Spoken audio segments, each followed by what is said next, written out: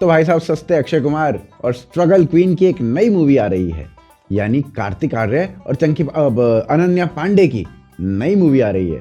और मूवी का नाम पता है क्या है? मैं मिला, तू मिली, तू मिली। अरे हाँ भाई साहब, यही है मूवी का नाम, तू मेरी मैं तेरा, मैं तेरा तू मेरी। मूवी के टाइटल से समझ जाओ कि जब टाइटल पे ही मेहनत नहीं की गई है तो फिर स्टोरी और गानों पर क्या ही मेहनत की गई होगी। और इसी TMMT MTTM नहीं, डरो नहीं, कोई टाइपिंग मिस्टेक नहीं है, कोई गाली वाली भी नहीं दे रहे हैं। मूवी का शॉर्ट फॉर्म है, मतलब नाम का शॉर्ट फॉर्म है, वही बता रहे हैं। तो भाई इस मूवी का नया गाना आया है। जब मूवी का टाइटल ही ओरिजिनल नहीं है तो गाना कहां से होता? सनी देओल और दिव्या भारती का फेमस गाना था सात समंदर पार में तेरे पीछे पीछे आ गई, उसका रीमिक्स कर दिया भाई साहब इन्होंने। ना रास्ता मालूम, ना तेरा नाम पता मालूम। तौबा तौबा तौबा, थारा मूड खराब कर दिया। ओरिजिनल गाने में एक लड़की यानी गर्लफ्रेंड अपने मैस्कुलिन बॉयफ्रेंड यानी सनी देओल उससे मिलने सही में सात समुंदर पार करके चली जाती है। लेकिन रीमिक्स में भाई साहब, रीमिक्स में ऐसा लग रहा है जैसे कार्तिक आर्यन गर्लफ्रेंड है और वो अपने masculine struggler boyfriend Ananya Pandey से मिलने के लिए गया है। अपनी जान भी लेके आ गया, सात समुंदर पार में तेरे। और ये स्टेप कैसा है बे? अबे ये समुंदर बता रहा है या दिन में चमगादड़ उड़ा रहा है? कुछ समझ में नहीं आ रहा है। और ये सेम स्टेप गंगनम स्टाइल गाने में नहीं था क्या? मतलब एक साथ एक ही स्टेप में दो गाने बर्बाद कर देना, ये कोई कार्तिक आर्यन से सीखे। और इस लेजेंडरी गाने के साथ ये अश्लील हरकत की किसने?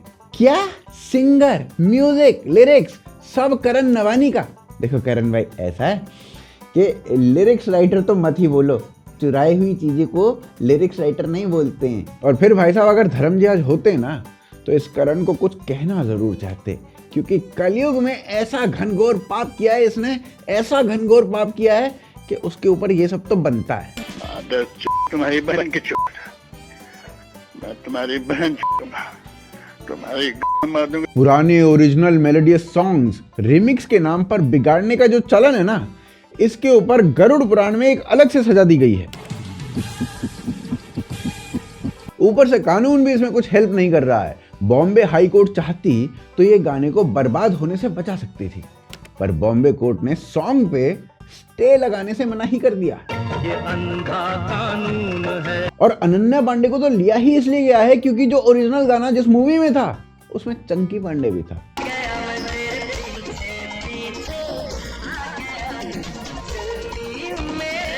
और मुझे अभी अभी पता चला है कि इस बंदर छाप मूवी में ना धर्मा प्रोडक्शन का पैसा लगा हुआ है।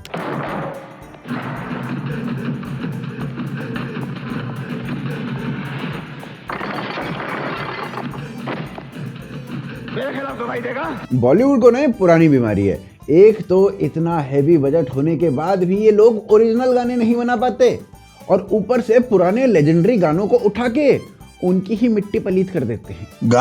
किसी एक का तो हो रहा। और ये कोई पहली बार नहीं हुआ है कि कोई ओल्ड फेमस गाना बर्बाद कर दिया गया हो।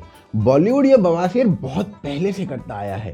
तू चीज बड़ी है मस्त मस्त, ये गाना अक्षय कुमार और रवीना टंडन का था, बहुत फेमस गाना हुआ था, उसे भी रीमेक के नाम पे शर्मसार कर दिया गया। पहले तो ये गाना किसी मशीन नाम की मूवी में यूज हुआ, ये कमबख्त सिलाई मशीन कब आई कब गई किसी को कुछ पता ही नहीं चला। और इसे डिटेक्ट करने के लिए ना भाई साहब एक अलग मशीन बनानी पड़ी कि अच्छा तुम आ गई ओ। और कसम उड़ान छल्ले की ये जो बर्बादी थी ना, इसमें नेहा कक्कड़ भी शामिल थी।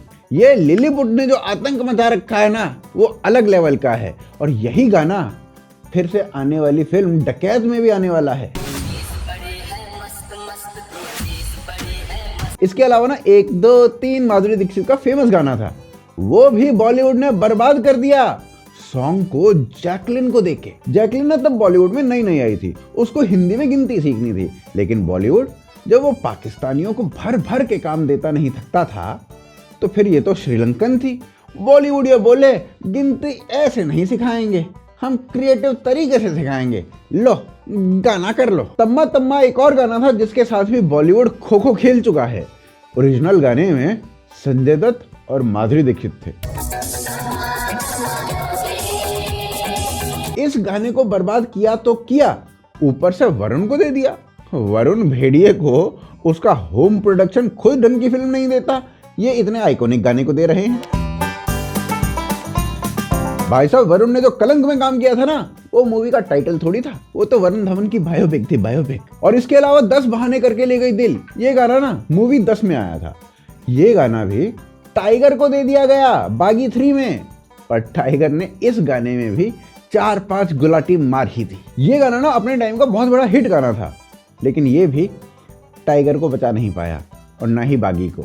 जब बागी फ्रेंचाइज को खुद टाइगर नहीं बचा पा रहा तो एक गाना क्या ही बचाता। बागी वो फिल्म है जिसे कोई देखना नहीं चाहता, लेकिन फिर भी वो हर 2-3 साल में एक बार आ ही जाती है, जाने क्यों। 10 बहाने गाने का ना बागी में 10 अलग अलग तरीकों से शोषण हुआ है भाई साहब, शोषण।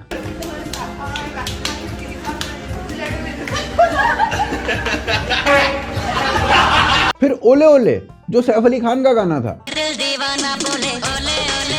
जब इस गाने को रीमेक मारने की बारी आई तो सैफ ने खुद कहा मेरा गाना है, मैं खुद बर्बाद करेगा। गाना भाई साहब सैफ से सेफ नहीं रहा है अब, और सैफ अपनी ही मूवी में जवानी जाने मन में इस गाने को ले लेता है। हो सकता है भाई साहब यही गाना सुन के बांग्लादेशी सैफ के फ्लैट में घुस गया हो और सैफ को सेफ नहीं छोड़ा हो, पेल पेल के मारा हो। इसके अलावा भी कई गाने और हैं जो बॉलीवुड ने रीमिक्स के नाम पे बर्बाद कर दिए हैं। आपको इस पे सेपरेट अगर वीडियो कोई चाहिए ना तो कमेंट्स में अवश्य बताइए। एनीवेज, वापस से मेन विलन पे आते हैं, यानी 7 समंदर पार पे। जब ओरिजिनल 7 समंदर पार आया था ना तो सुन के लगता था, और उसकी पिक्चराइजेशन भी वैसी ही थी, कि जिसमें हीरोइन 7 समंदर पार करके जाती है, सन्नी देओल से मिलती है। लेकिन नए 7 समंदर पार में ऐसा लग रहा है समंदर तो छोड़ो, नाला भी पार नहीं किया गया है कार्तिक द्वारा। लेकिन इसमें ना कार्तिक आर्यन का एक क्लैरिफिकेशन आया है। उन्होंने कहा है कि असली 7 समंदर पार गाने के जो हकदार थे वो वही थे, कोई और नहीं। क्योंकि कार्तिक का मानना यह है कि गाना इतना घटिया रीमेक करो कि एक्टर को 7 समंदर पार जाके भी मारने का मन कर जाए।